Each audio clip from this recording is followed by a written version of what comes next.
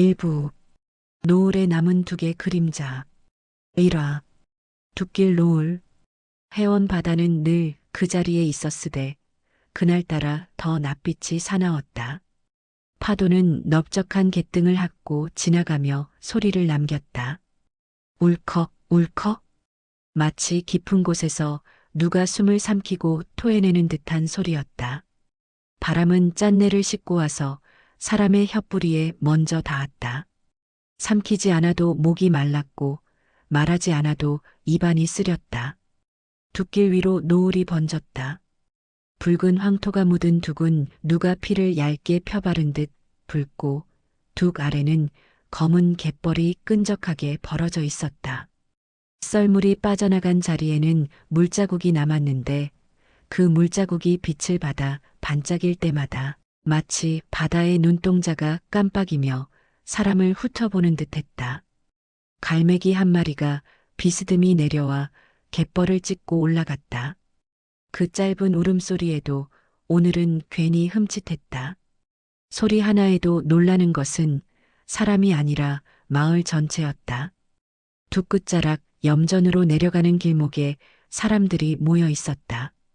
누구는 장화를 신고, 누구는 맨발로, 누구는 아예 발을 갯벌에 박아둔 채 다들 똑같은 데를 보고 있었다. 일본인 지주가 살던 집 쪽, 그 집이 있던 방향. 그러나 집은 보이지 않았다. 둑과 염전 사이에 낮은 갈대밭이 가로막고 있었고 갈대는 바람이 불 때마다 잎사귀를 비벼대며 슉슉 소리를 냈다. 슉슉 슉슉. 마치 없다 하고 갔다 하고 속삭이는 것 같았다. 진짜로 튀어댄다. 누가 말하면 다른 누가 바로 받았다. 아따, 해방됐다고 혀도 그놈들은 발이 빠르다잉. 그럼 땅은? 염전은? 그건 어찌 되는 거요? 말은 땅을 찾고 눈은 창고를 찾았다. 염전 창고. 소금 가마니가 쌓이던 그 창고는 둑 아래로 조금 내려가면 있었다. 바닷바람을 정면으로 맞는 곳이라 문짝에 소금기와 모래가 달라붙어 희끗희끗했는데 그 희끗한 얼룩이 오늘따라 더 눈에 띄었다. 흰 건 소금꽃이 아니었다. 사람이 달라붙어 문틈을 뒤지고 자물쇠를 만지고 열쇠가 있는지 없는지 눈으로 더듬고 지나간 흔적이었다. 그 창고 앞에 한 사람이 서 있었다. 서 있다기보다 버티고 있었다. 발을 벌리고 양손을 허벅지 옆에 내리고 허리를 꼿꼿하게 세워서 누가 보기엔 그냥 작은 몸이었다. 갯벌에서 일하는 사람들은 다 작아진다. 바람과 소금과 물이 사람을 매일 조금씩 갉아먹어서 어깨는 좁아지고 등은 단단해지고 손은 먼저 늙는다. 그 사람의 손도 그랬다. 손등은 하얗게 갈라져 있었고 손톱 밑에는 검은 진흙이 잘 씻기지 않은 채 박혀 있었다. 그러나 그 손은 오늘만큼은 가만히 있지 않았다. 자꾸만 창고 문고리 쪽으로, 자물쇠 쪽으로, 주머니 속 어딘가로 들락날락했다.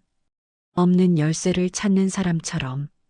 이덕임은 노을빛을 등지고 서서 사람들의 눈을 정면으로 받았다. 사람들은 덕임을 보고 있기도 했고 덕임 뒤의 창고를 보고 있기도 했다. 둘은 겹쳐 있었다. 덕임이 물러나면 창고가 보일 것이고 덕임이 버티면 창고가 막힐 것이었다. 그 단순한 셈이 지금 해원에서 제일 무서운 셈이었다. 덕임은 들리지 않게 숨을 쉬었다. 숨소리가 들리면 마음도 들키는 것 같아서였다. 그러나 숨을 참으면 가슴이 답답해지고 답답해지면 화가 나고 화가 나면 손이 먼저 움직인다. 손이 먼저 움직이면 그 다음은 피다. 덕임은 피를 생각하지 않으려 했다. 피가 한번 나기 시작하면 그 피는 누구 피인지 따지지도 않고 땅에 스며들어 다음 날엔 더 짙은 불금으로 둑기를 물들일 테니까. 사람들 사이에서 해방이라는 말이 왔다 갔다 했다. 해방. 덕임은 그 말의 뜻을 다 알지 못했다. 다만 그 말이 들린 날부터 쌀이 더 귀해지고 소금이 더 비싸지고 사람들의 목소리가 더 커졌다는 것은 알았다. 어제까지만 해도 염전판에서 서로 등만 보고 일하던 사람들이 오늘은 서로의 얼굴을 똑바로 보며 말을 했다. 얼굴을 똑바로 본다는 건 미워할 준비를 한다는 뜻이기도 했다. 덕임아. 누군가 덕임을 불렀다.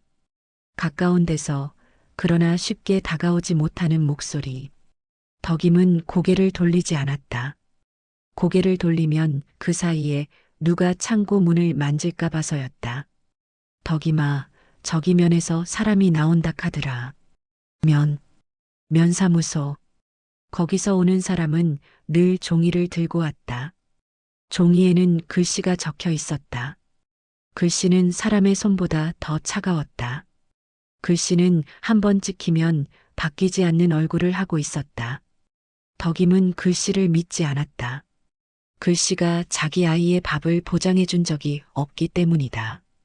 아이의 밥은 늘 덕임 손에서, 덕임 등에서, 덕임 발바닥에서 나왔다. 덕임은 그제야 옆 사람을 흘끗 봤다. 눈만. 쌍가마댁이었다. 쌍가마댁은 입이 먼저 움직이는 사람이었다. 입이 움직이면 눈도 같이 움직여서 늘 사람들의 속을 휘저었다. 그런데 오늘 쌍가마댁은 입술을 꾹 다물고 있었다. 대신 턱이 앞으로 나와 있었다. 턱이 나왔다는 건 싸울 준비를 한다는 뜻이었다. 쌍가마댁이 덕임에게 가까이 와서 아주 낮게 말했다. 아따, 시방 멍하니 서 있다, 뺏김은 웃자냐. 그 말은 걱정 같기도 했고 부추김 같기도 했다. 덕임은 대답하지 않았다. 대답하면 마음이 풀릴까 봐서였다.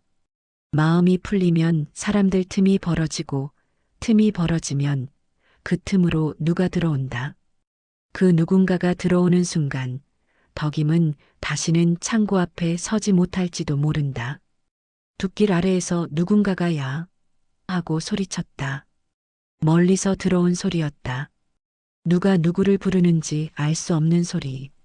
그러나 소리는 마치 돌멩이처럼 사람들 마음에 떨어졌다. 모두가 그 소리 방향으로 잠깐 고개를 돌렸다.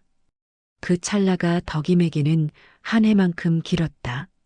덕임은 그 찰나에 자기 안에서 올라오는 어떤 것을 느꼈다. 분노라기보다 더 밑바닥의 것. 살겠다는 것. 누가 뺐으면 죽겠다는 것. 그것은 입으로 말할 수 없어서 몸으로 먼저 굳어졌다. 덕임의 발가락이 땅을 움켜쥐고 종아리가 단단해지고 손이 주머니 속에서 뭔가를 더듬었다. 차가운 쇳조각 같은 감촉이 손끝에 걸렸다. 낫자루였다. 낫은 아직 꺼내지 않았지만 꺼낼 준비는 끝났다. 그때 바람이 확 불어왔다. 바다 쪽에서 둑 위로, 둑 위에서 염전 쪽으로. 바람은 사람들의 옷깃을 확 젖히고 지나갔다. 옷깃이 젖혀지면 목이 드러난다. 목이 드러나면 누구나 약해진다. 덕임은 목이 드러나는 걸 싫어했다. 그래서 더 고개를 숙이지 않았다. 노을빛이 덕임의 얼굴 한쪽을 붉게 물들였다. 그 붉음은 아름답지 않았다. 붉음은 경고였다. 없다 카더라. 누군가 또 말했다. 일본 놈이 돈이랑 금붙이 챙겨서 밤새 빠졌다 카더라. 그럼 저 창고는? 저거는? 사람들의 눈이 다시 창고로 돌아왔다. 창고는 말이 없었다. 말이 없는 것들은 늘 강했다. 말이 없는 것들은 누가 와도 그대로 있었고 그대로 있는 것들이 결국 사람을 움직였다. 덕임은 창고가 무서웠다.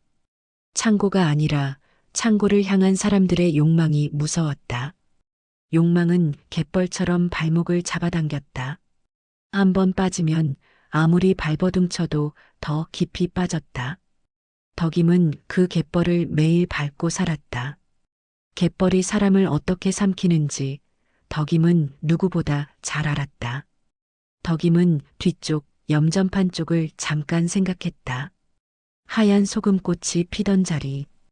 해가 떠오르면 소금물은 반짝이고 바람이 불면 하얀 결정이 일어나고 사람들은 그걸 긁어 모아 가마니에 담았다. 담는 동안 손이 베이고 땀이 소금물에 섞여 따갑고 그래도 담았다. 담아야 살았다. 살기 위해 담은 소금이 이제는 사람들을 서로 물어뜯게 만들고 있었다. 덕임은 마을 어귀에 있는 자기 집을 떠올렸다. 마른 부엌, 비어가는 쌀독, 방 한켠에 누워있는 시어머니의 기침, 그리고 마룻바닥에 앉아있는 아이. 아이는 아무것도 모르고 손가락을 빨았다. 손가락을 빠는 아이를 보면 사람은 늘 두 가지를 동시에 생각한다. 귀엽다와 미안하다. 덕임에게는 귀여움보다 미안함이 먼저였다. 미안함은 덕임을 잠들지 못하게 했다. 그래서 덕임은 오늘도 잠들지 못했고 지금도 창고 앞에 서 있었다. 덕임아. 또 누군가 불렀다. 이번엔 남자 목소리였다. 가까운 목소리였다. 덕임이 그 목소리를 알아듣기도 전에 그 남자가 한 발 내딛는 소리가 들렸다. 갯벌에서 올라온 장화가 두 개 흙을 밟는 소리. 두 개 흙이 눌리며 내는 퍽 하는 소리. 덕임은 그 소리에 더 크게 숨을 들이쉬었다. 그러나 덕임은 여전히 말하지 않았다. 말하면 약해진다. 약해지면 뺏긴다. 덕임의 세계에서는 그 순서가 너무도 정확했다. 해방이 와도 전쟁이 와도 그 순서는 바뀌지 않을 것 같았다. 덕임은 그걸 본능으로 알았다. 바다는 늘 돌아오고 사람의 욕심도 늘 돌아온다. 다만 돌아오는 속도가 바다보다 빠를 때가 있다. 오늘이 그날이었다. 노을이 조금 더 내려앉았다. 둑길은 더 붉어졌고 갯벌은 더 검어졌다. 그리고 창고 문짝의 희끗한 얼룩은 더 하얘졌다. 하얀 것은 늘 눈에 띈다. 눈에 띈다는 건 손이 닿는다는 뜻이다. 덕임은 주머니 속 낫자루를 꽉 쥐었다. 손바닥에 갈라진 살 사이로 낫자루의 거친 나뭇결이 파고들었다. 아팠다. 그런데 그 아픔이 덕임을 살렸다. 아픔은 덕임에게 살아있다는 말을 해줬다. 살아있는 사람은 지켜야 한다. 덕임은 창고 문 앞에서 노을빛에 몸을 세운 채 속으로만 말했다. 뺏기면 끝장이요. 그리고 그 속말은 해원의 첫 싸움이 되는 씨앗처럼 조용히 땅속으로 들어갔다. 이화, 염전 창고 앞. 창고 앞은 늘 바람이 먼저 드나드는 자리였다. 문틈마다 소금기 섞인 바람이 들락거려서 오래된 나무가 숨을 쉬는 것처럼 삐걱삐걱 소리를 냈다. 덕임은 그 소리를 들으면 마음이 놓이던 때가 있었다. 소리가 난다는 건 아직 문이 버티고 있다는 뜻이었으니까. 그런데 오늘은 소리가 달랐다. 바람이 아니라 사람의 발끝이 문 앞을 긁고 지나가는 소리였다. 흙을 밟는 소리, 장화가 갯진흙을 떼어내며 끈끈하게 끌리는 소리, 옷소매가 자물쇠에 스치며 나는 쇳소리. 사람의 소리는 바람의 소리보다 훨씬 더 더러웠다. 바람은 지나가면 끝이지만 사람은 지나가도 끝이 아니었다. 지나가면서 마음을 남겨놓고 갔다. 비키라. 누군가가 덕임 앞에 섰다. 덕임이 고개를 들었을 때 그 사람 얼굴은 노을빛에 반쯤 물들어 있었다. 노을이 얼굴을 붉게 만들면 사람도 괜히 더 혈기 있어 보였다. 덕임은 그 붉음을 믿지 않았다. 노을은 누구 얼굴이든 붉게 만들었다. 비키라니까. 그 사람은 같은 말을 두 번 했다. 같은 말을 두 번 한다는 건 말을 믿지 못한다는 뜻이었다. 말이 약하니 말 뒤에 있는 힘을 꺼내려는 뜻이었다. 덕임은 자물쇠 앞에서 한치도 물러서지 않았다. 눈은 자물쇠를 보고 귀는 사람들 소리를 들었다. 발이 몇 개나 모였는지, 숨이 몇 개나 섞였는지, 누가 뒤에서 웃는지까지 느껴졌다. 사람은 갯벌에서 오래 일하면 눈보다 먼저 귀가 트였다. 뒤통수에도 귀가 달린 것처럼. 뭘 비켜? 네가 뭔데? 덕임의 목소리는 생각보다 낮게 나왔다. 낮은 목소리는 싸움에 좋았다. 높게 나가면 떨림이 들키고 떨림이 들키면 만만하게 보였다. 남자가 코웃음을 쳤다. 코웃음에는 늘 내가 뭘 하겠냐가 들어 있었다. 여그는 마을 거요. 일본 놈이 달아났은께 이제는 마을이 관리해야지. 마을이? 덕임이 되물었다. 짧게. 되묻는 말에는 늘 칼날이 섞였다. 남자는 잠깐 말을 멈췄다. 그 마을 안에 누가 들어가고 누가 빠지는지 본인도 정확히 생각해 본 적이 없는 얼굴이었다. 덕임은 그 틈을 놓치지 않았다. 마을이람은 나도 마을 사람이여. 나도 여기서 소금 퍼서 살았음께. 남자의 눈꼬리가 올라갔다. 그건 네가 일한 거고 소유는 따로 있는 거여. 덕임은 웃지 않았다. 웃으면 질 것 같아서였다. 대신 덕임은 손을 더 깊이 주머니 속으로 넣었다. 낫자루를 쥔 손가락이 더 굳었다. 갈라진 살 사이로 나뭇결이 박혔다. 아픔이 올라오자 정신이 더 맑아졌다. 사람들 사이에서 웅성거림이 일었다. 그 웅성거림은 갯벌처럼 넓게 퍼졌다가 어느 순간 한 점으로 모였다. 자물쇠. 자물쇠를 노리는 눈이 여러 쌍이었다. 덕임은 그 눈들을 하나하나 보지 않았다. 눈을 보면 마음이 흔들렸다. 덕임은 그냥 자물쇠만 봤다. 자물쇠는 무표정했다. 그 무표정이 덕임에게는 오히려 든든했다. 그때 뒤에서 누군가가 한 발 앞으로 나섰다. 덕임은 발소리로 알았다. 그 발소리는 급하지 않았다. 급하지 않지만 무거웠다. 덕임이 고개를 아주 살짝 돌리자 곰배가 서 있었다. 어깨가 바람을 가로막는 것처럼 넓었다. 얼굴은 멍청해 보일 때가 많았지만 오늘은 눈이 이상하게 또렷했다. 덕임을 보는 눈이 아니라 덕임 앞에 남자 손을 보는 눈이었다. 곰배는 말이 없었다. 말 없는 사람은 싸움판에서 더 무서웠다. 말이 없으니 어디서 터질지 모른다. 남자는 곰배를 보고도 기가 죽지 않는 척했다. 오히려 더 큰 소리로 말했다. 여그 열쇠 내놔라. 안 그러면 면사무소에 신고여 부린다. 면사무소라는 말이 나오자 웅성거림이 잠깐 멎었다. 그 말은 여기 사람들한테 늘 먼 데서 날아오는 돌멩이 같았다. 눈에 보이진 않는데 맞으면 아픈 것. 맞으면 피가 나는 것.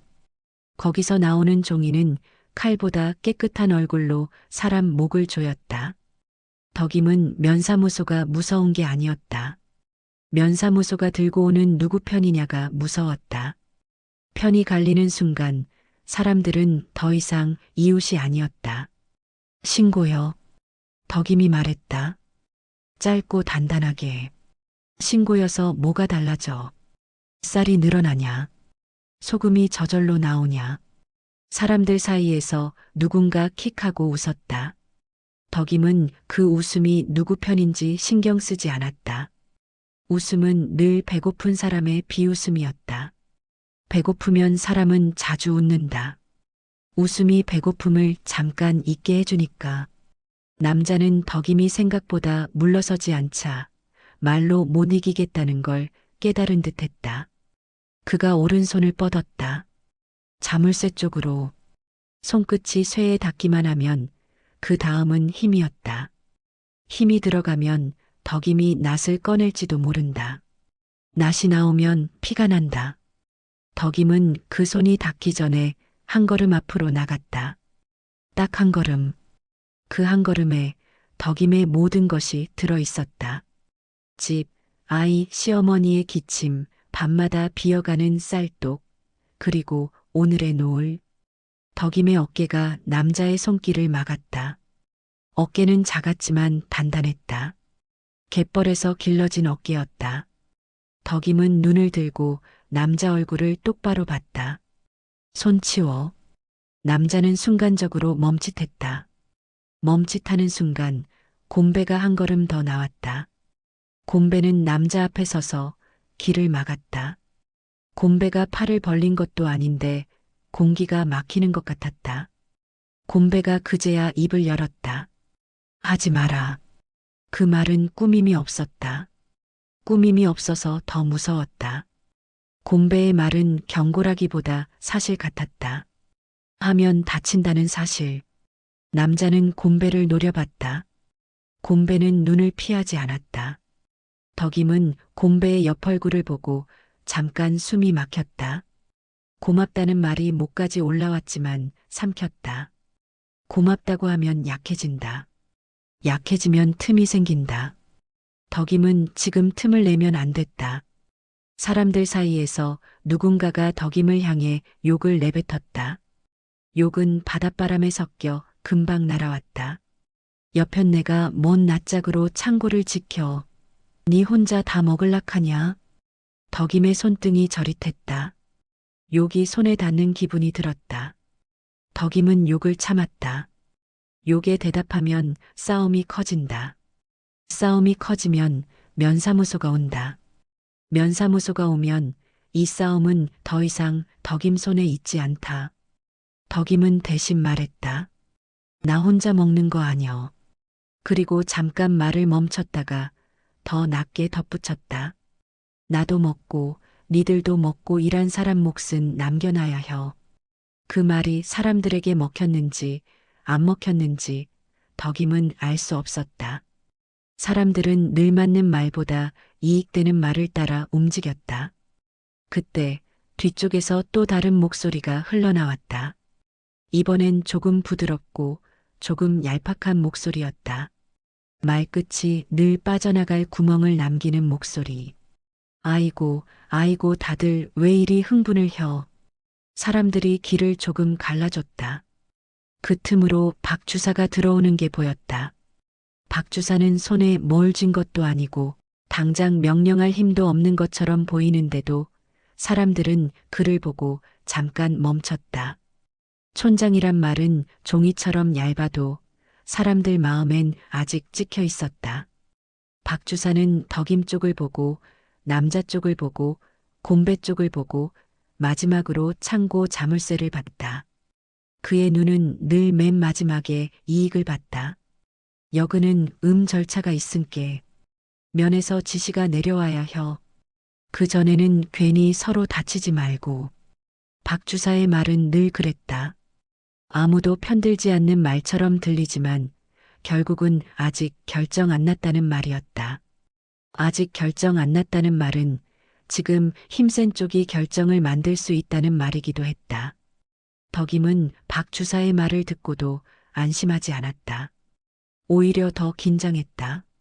박 주사 같은 사람은 바람 부는 쪽으로 몸을 누였다. 바람이 어느 쪽인지 아직 확실하지 않은 오늘 그는 더 부드럽게 더 많은 사람을 달래려 했다. 달래는 건 결국 시간을 벌기 위한 것이었다. 시간이 지나면 종이가 온다. 도장이 온다. 완장이 온다. 덕임은 그걸 본능으로 알았다. 박 주사가 덕임에게 말했다. 덕임아, 니도 좀 말 좀 곱게 혀라. 사람들 다 보고 있자녀. 덕임은 웃지도 울지도 않았다. 대신 창고 문짝을 손바닥으로 한번 눌러봤다. 문짝이 아주 조금 흔들렸다.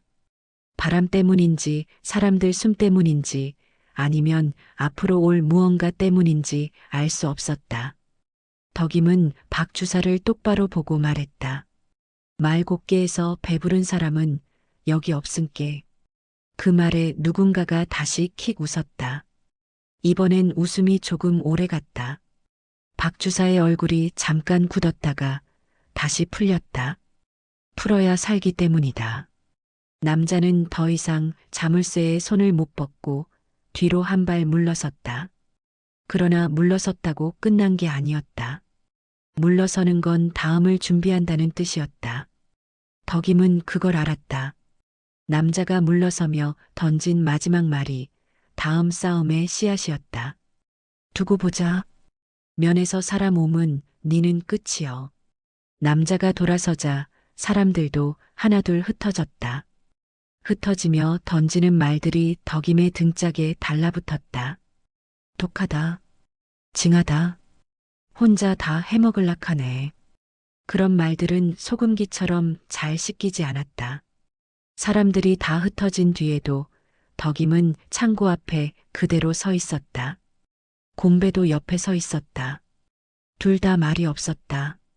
바닷소리만 더 크게 들렸다.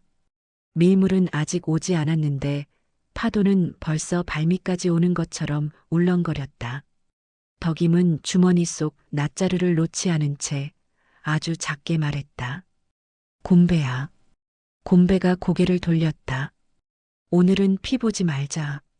곰배는 한참 있다가 아주 짧게 대답했다. 응.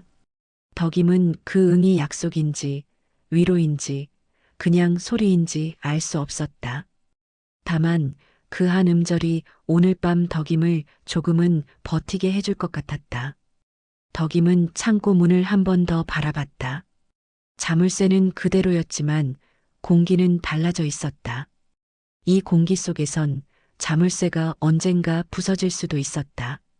부서지는 순간이 언제인지 덕임은 알 수 없었다. 그래서 덕임은 더 확실히 알게 됐다. 오늘은 시작일 뿐이라는 걸. 그리고 시작은 늘 제일 무서운 법이라는 걸. 3화 마을 회관. 회관은 바닷바람이 덜 미치는 안쪽에 있었다. 그래도 소금기 없는 곳은 없었다. 문턱에도 기둥에도 사람들 옷자락에도 소금 냄새가 배어 있었다.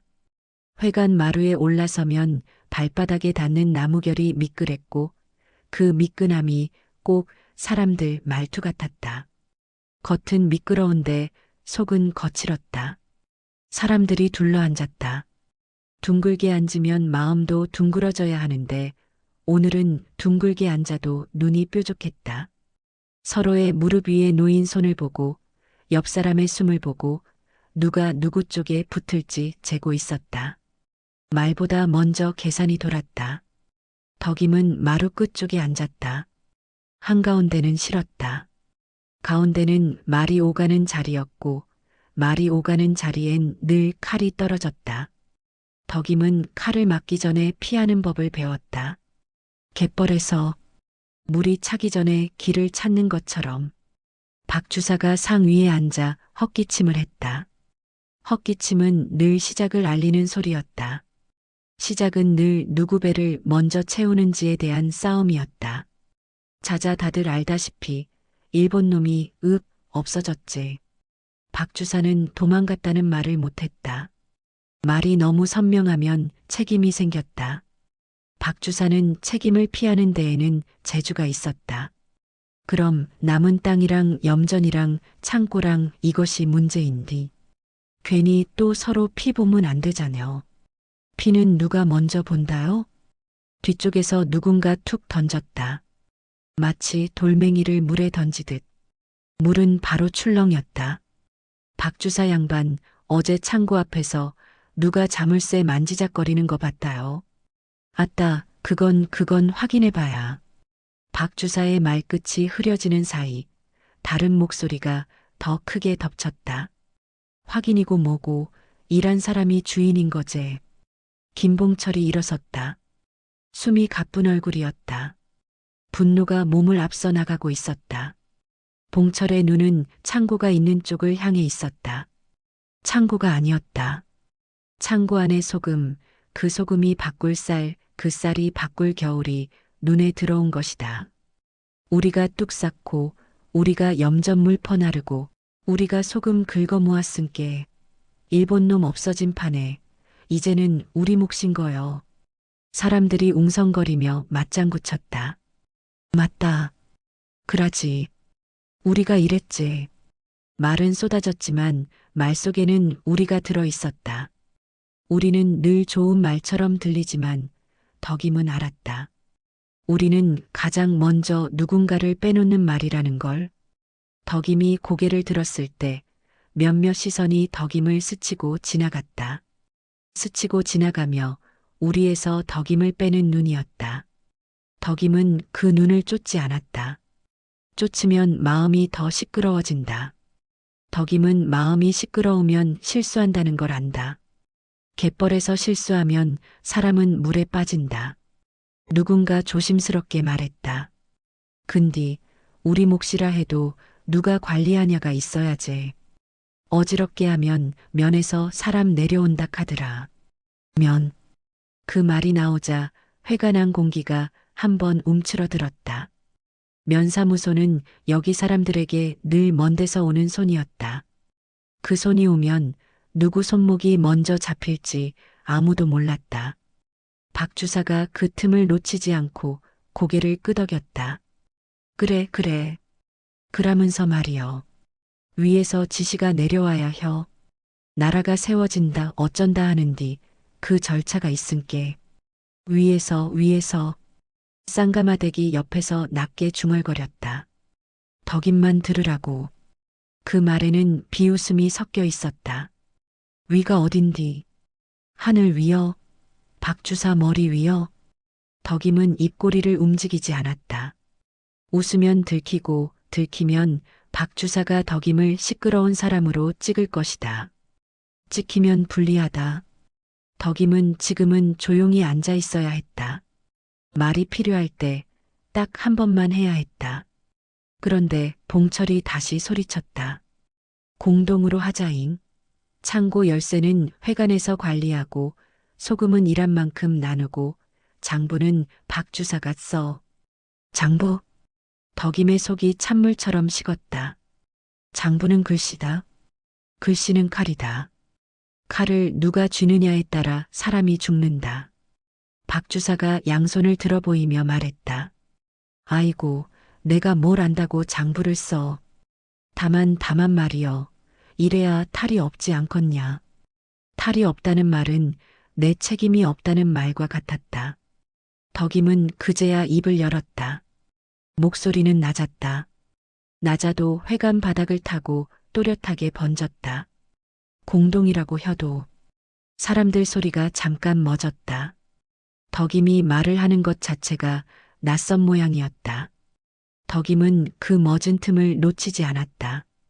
공동이면 일한 사람 이름부터 적어놔야 혀. 사람들의 눈이 덕임에게 모였다. 덕임은 그 눈을 다 받았다. 받되 흔들리지 않으려 애썼다. 이름도 없이 목도 없이 그냥 공동이라 하면 맨손인 사람부터 먼저 굶어 죽는 거야. 누군가 말은 만내하고 중얼거렸고 누군가는 옆엔 내가 뭘 아냐 하는 얼굴을 했다.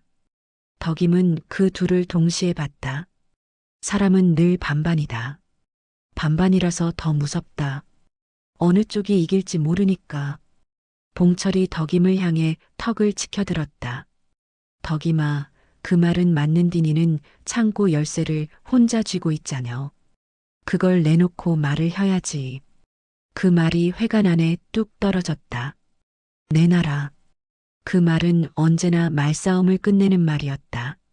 내놓는 순간 끝나고 안 내놓으면 싸움이 커진다. 덕임은 봉철을 똑바로 봤다. 봉철은 덕임을 미워해서가 아니었다. 배가 고파서다. 배가 고픈 사람은 미워할 대상을 찾는다. 그 대상이 가장 약한 쪽으로 간다. 덕임은 그걸 알았다. 그래서 봉철을 원망하기가 더 어려웠다. 덕임은 천천히 말했다.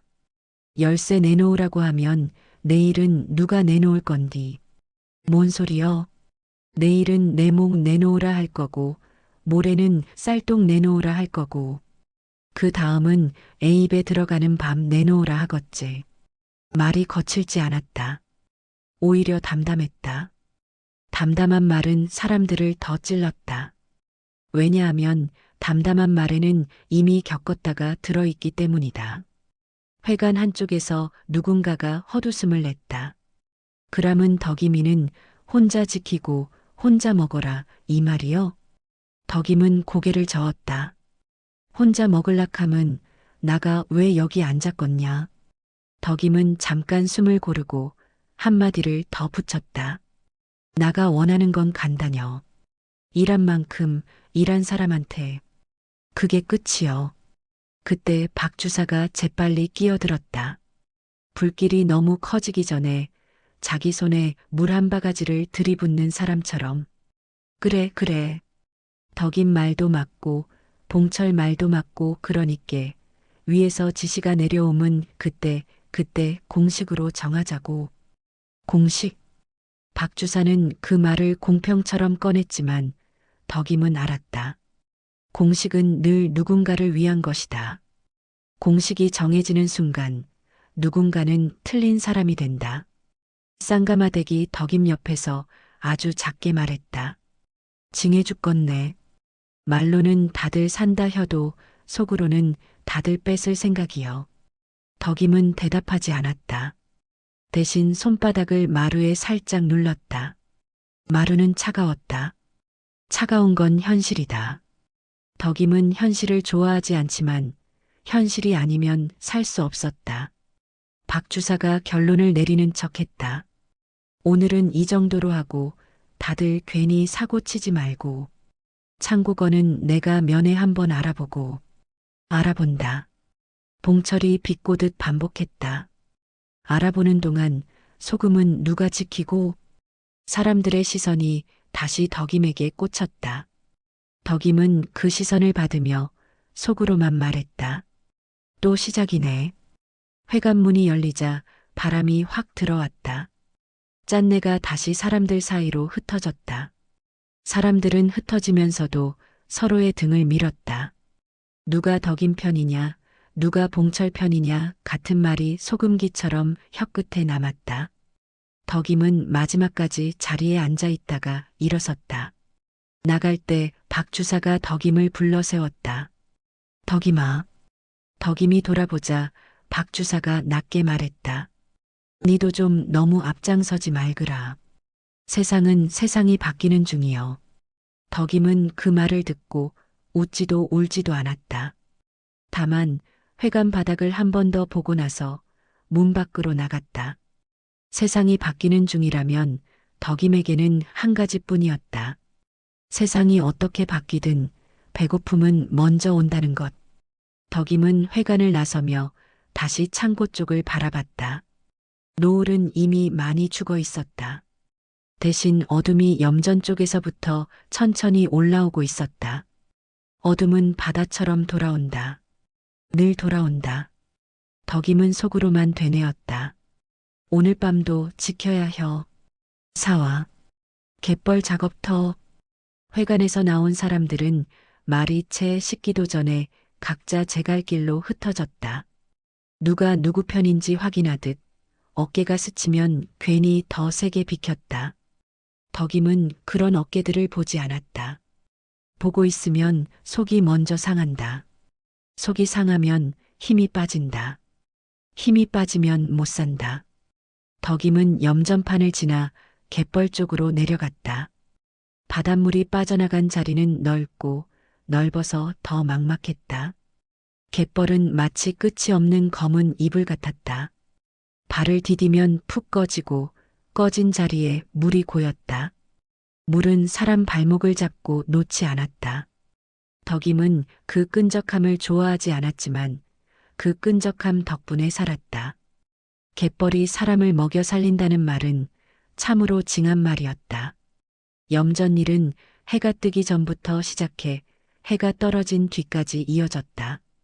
바닷물을 끌어올려 소금밭에 채우고 바람과 해를 기다렸다가 하얀 결정이 올라오면 긁어 모아 가마니에 담았다. 한 번 담을 때마다 손이 베었다. 소금 결정은 고운 것처럼 보여도 끝이 날카로웠다. 베인 손에 소금물이 닿으면 따끔한 게 아니라 타들어갔다. 덕임은 그 느낌을 살아있는 벌이라 불렀다. 벌을 받는 게 아니라 살아있는 벌. 살아있는 사람만 아는 통증이었다. 덕임은 갯벌 가장자리에서 바구니를 들었다. 바구니 안에는 조개 몇 개, 고등 몇 개, 갯지렁이와 작은 개가 섞여 있었다. 이런 것들은 시장에 나가면 쌀 한 줌으로 바뀌기도 하고 동네 사람에게 바꿔치기 하기도 했다. 덕임은 물건을 크게 바라지 않았다. 쌀독 바닥이 보이지 않는 정도면 됐다. 바닥이 보이면 사람 마음도 바닥을 친다. 어메 어메. 멀리서 아이 목소리가 들렸다. 덕임은 놀라서 고개를 들었다. 아이는 갯벌로 내려오면 안 됐다. 갯벌은 잘 아는 어른도 빠진다. 아이가 빠지면 덕임은 생각을 더하지 않았다. 생각이 길어지면 다리가 먼저 풀린다. 아이 목소리는 그러나 가까워지지 않았다. 두 귀에서 울리는 소리였다. 덕임은 그제야 숨을 내쉬었다. 두 귀엔 시어머니가 아이를 붙잡고 있었을 것이다. 덕임은 시어머니가 아이를 붙잡을 만큼은 아직 버티고 있다는 사실에 마음이 이상하게 찡했다. 고마움과 미안함이 같이 올라왔다. 덕임은 갯벌에 쪼그려 앉아 손을 물에 적셨다. 물에 적셔도 깨끗해지지 않았다. 갯벌은 씻어도 남는 냄새가 있었다. 그 냄새는 사람 몸에 배어 지방까지 따라왔다.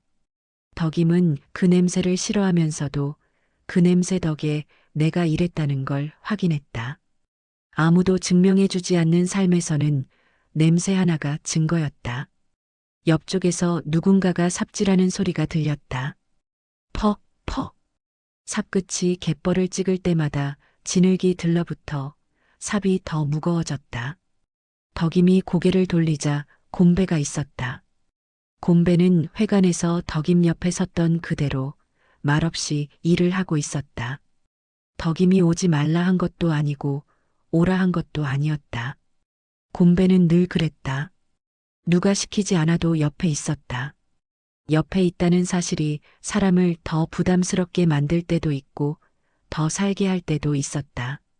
덕임이 바구니를 들어보이자 곰배가 삽질을 멈추고 다가왔다.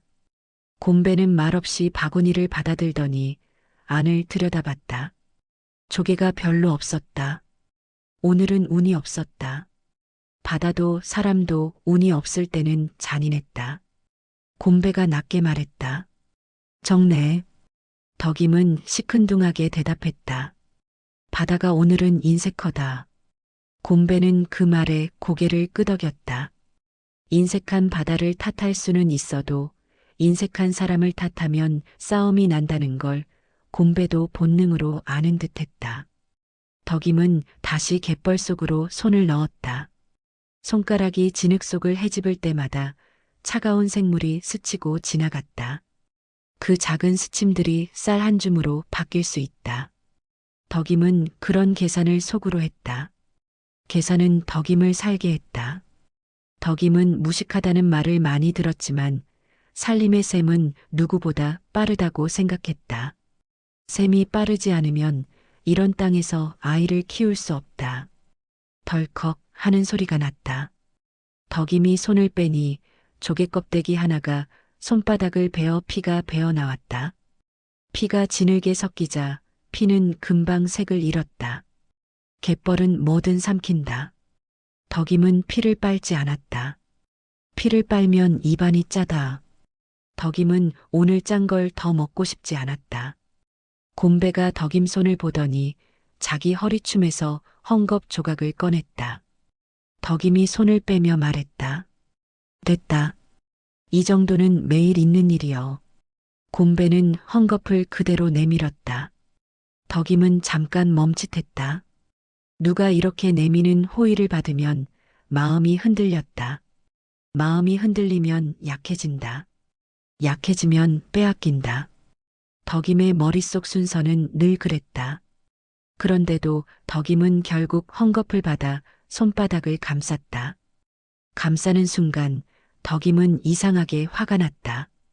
고마워서가 아니었다. 왜 이런 일을 해야 하는지, 왜 손이 매일 베어야 하는지, 왜 열쇠 하나에 사람들이 달려드는지 그 모든 게 한꺼번에 올라와 목이 막혔다. 덕임은 갯벌 끝을 바라봤다. 멀리 소금밭이 보였다. 하얗게 빛나던 자리. 거기서 나온 소금이 돈이 되고 돈이 되면 사람들이 달라진다.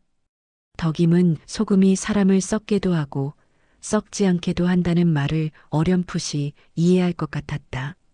잘못 쥐면 독이 되고 제대로 쓰면 살림이 된다. 문제는 누가 제대로라는 걸 정하느냐였다. 덕임은 바구니를 다시 들고 일어섰다. 해가 조금 더 기울어 있었다. 해가 기울면 바다는 다시 돌아올 준비를 한다. 밀물이 오기 전에 돌아가야 했다. 갯벌에 늦게 남으면 길이 사라진다.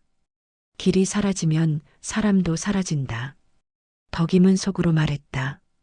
오늘 밤도 지켜야 하고 내일 낮도 벌어야 혀. 그 두 가지가 함께 굴러가는 삶이었다. 하나만 해서는 못 산다. 지키기만 하면 굶고 벌기만 하면 빼앗긴다. 덕임은 그 사이를 매일 걸었다. 갯벌 위에 얇게 드러난 길처럼 보이지만 언제든 사라질 수 있는 길. 둑 쪽으로 걸어 올라가며 덕임은 한 번도 뒤를 돌아보지 않았다. 뒤를 돌아보면 갯벌이 사람을 부르는 것 같아서였다. 갯벌은 늘 조용히 부른다. 잠깐만 더, 조금만 더. 그러다 어느 순간 발목이 꺼진다. 덕임은 발목이 꺼지기 전에 오늘의 몫을 챙겨야 했다. 그리고 그 몫이 내일도 내 몫이 되게 하려면 오늘 밤 창고 앞에 서야 했다. 덕임은 바구니 속 조개 껍데기들이 서로 부딪히는 소리를 들으며 다시 이를 악물었다. 조개 껍데기 소리는 작았지만 덕임에게는 종소리처럼 또렷했다. 살아있다는 소리였다. 오하, 밤 두 가래. 해가 완전히 꺼지자 바다는 더 크게 들렸다. 낮에는 파도가 보이기도 해서 아, 저기서 부딪히는구나 싶은데 밤에는 보이지 않으니 소리만 남았다. 소리는 눈이 없어서 사람 가슴으로 곧장 들어왔다. 둑기를 타고 올라오는 짠내도 더 진했다. 짠내는 밤이면 더 사람을 괴롭혔다.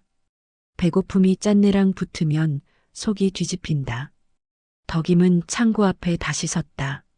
낮에 버틴 자리 그대로였다.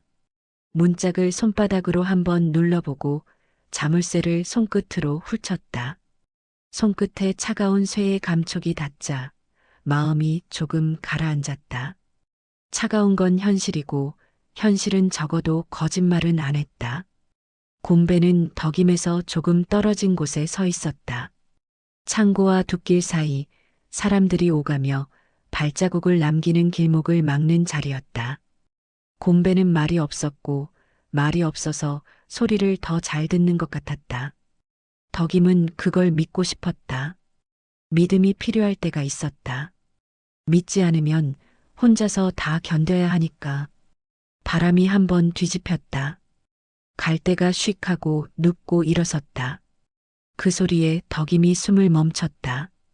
사람 발소리와 갈대 소리는 비슷했다. 밤에는 작은 소리도 커진다. 여기서 자. 덕임이 낮게 말했다. 곰배에게가 아니라 자기에게 하는 말 같았다. 곰배가 고개를 끄덕였다. 응. 창고 앞은 어둡지만 완전히 어둡진 않았다. 달빛이 물자국에 걸리면 하얗게 번졌고 멀리 마을 집들 창호지 틈새에서 새어나오는 불빛이 바람에 흔들렸다. 불빛은 숨처럼 떨렸다. 덕임은 그 떨림을 보고 이 마을이 지금 떨고 있다는 걸 알았다. 떨면서도 손은 뻗는다.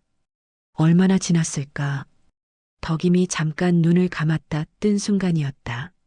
창고 옆 담장 아래 검은 덩어리 하나가 움직였다. 처음엔 바람이 만든 그림자인 줄 알았다. 그런데 그림자가 바람과 반대로 움직였다. 곰배가 먼저 반응했다. 몸이 먼저 굳었다가 발끝이 아주 조용히 움직였다.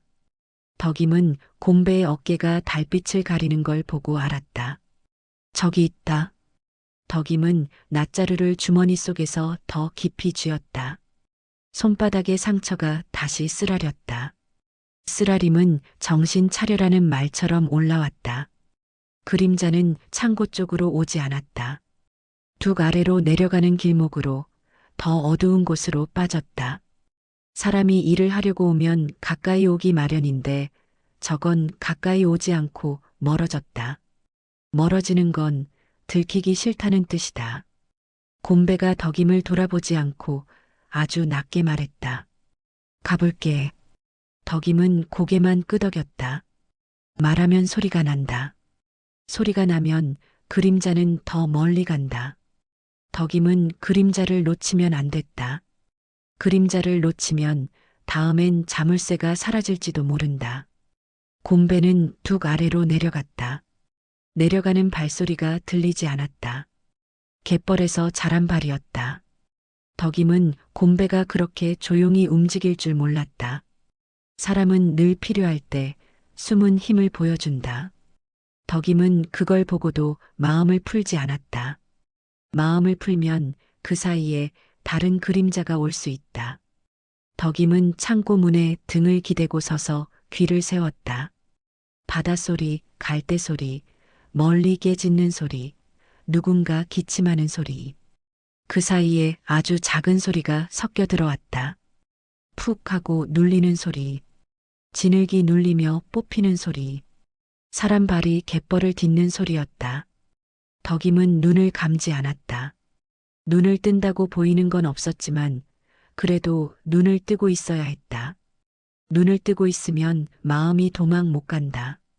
둑 아래쪽에서 갑자기 소리가 났다. 하는 짧은 소리, 그리고 퍽 하는 소리. 누군가가 누군가를 밀거나 넘어뜨린 소리였다. 덕임은 순간적으로 몸이 앞으로 나가려 했다. 그런데 그때 또 다른 생각이 덕임 발목을 붙잡았다. 내가 내려가면 창고는 누가 지켜? 덕임은 내려가지 않았다. 대신 낫자루를 꺼내 낱날이 아니라 손잡이 쪽을 더 단단히 쥐었다. 낱날을 바로 드러내면 피가 난다. 피가 나면 마을이 더 갈라진다. 덕임은 아직 피까지는 가고 싶지 않았다. 아직은 아니라고 우기고 싶은 마음이 남아 있었다. 둑 아래에서 곰배 목소리가 들렸다. 숨을 잔뜩 들이킨 목소리였다. 네 누구냐? 잠깐 정적이 흐른 뒤 낮고 빠른 목소리가 답했다. 그냥 지나가던 사람이여. 지나가던 사람은 밤에 둑 아래로 가지 않는다.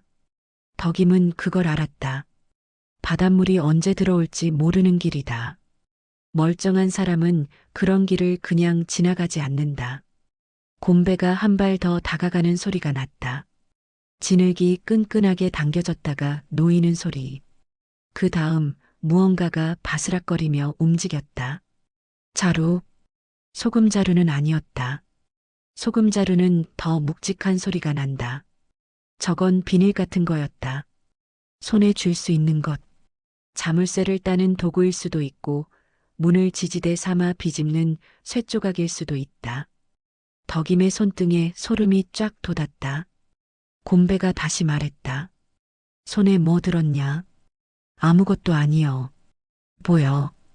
그 말이 끝나기도 전에 누군가가 달아나는 소리가 났다. 진흙을 박차고 갈대를 헤치고 둑 아래로 더 깊이 사라지는 소리. 달아나는 사람은 늘 살아남는 법을 안다. 어둠은 그 사람 편이었다. 곰배가 한 걸음 뛰었다. 덕임은 그 한 걸음을 듣고도 움직이지 않았다. 창고가 먼저였다. 덕임이 창고를 지키지 않으면 곰배가 누구를 잡아와도 소용없다. 소용없다는 걸 덕임은 너무 많이 봐왔다. 잠시 후 곰배가 다시 둑 위로 올라왔다. 숨이 거칠었다. 달빛에 비친 얼굴이 젖어 있었다. 땀인지 바닷물인지 모를 정도였다. 손등에는 갈대에 긁힌 자국이 길게 나 있었다. 났냐? 덕임이 아주 짧게 물었다. 곰배가 고개를 끄덕였다. 고개가 아래로 떨어졌다. 놓쳤다는 뜻이었다. 덕임은 그걸 보고 화가 나지 않았다. 곰배를 탓할 수 없었다. 어둠 속에서 사람 하나 잡는 건 갯벌에서 미꾸라지 잡는 것보다 어렵다. 곰배가 손바닥을 펼쳤다. 손바닥 위엔 작은 쇠조각이 있었다. 납작하고 얇은 쇠조각. 자물쇠를 긁을 때 쓰는 것 같은 모양이었다. 곰배가 낮게 말했다. 이거 떨어뜨리고 갔어. 덕임은 쇳조각을 받아들고 한참 들여다봤다. 달빛 아래 쇳조각은 차갑게 반짝였다. 차가운 반짝임은 늘 사람 마음을 더 얼게 한다. 덕임은 쇳조각을 주머니에 넣었다. 증거라고 부르기엔 너무 작았지만 덕임에게는 충분했다. 이건 우연이 아니다라는 증거였다. 곰배가 덕임을 바라보며 말했다. 내일 더 조심할게. 덕임은 고개를 끄덕였다. 그리고 아주 작게 거의 들리지 않게 말했다. 내일이 문제가 아니여. 곰배가 눈을 깜빡였다. 덕임은 창고 문을 바라보며 덧붙였다. 오늘부터가 시작이여. 바다는 멀리서 또 한 번 크게 울었다. 울음소리가 둑을 타고 올라와 창고 문에 부딪혔다. 덕임은 그 소리를 듣고 문득 생각했다.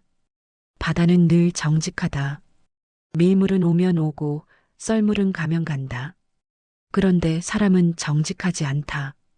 사람은 언제든 가겠다 하다가도 다시 돌아온다. 그것도 더 많은 손을 데리고. 덕임은 낫자루를 다시 꽉 쥐었다. 낱날이 아직 나오지 않은 게 다행인지 불행인지 알 수 없었다. 다만 확실한 건 하나였다. 오늘 밤 그림자는 한 번 왔다. 그럼 다시 올 것이다.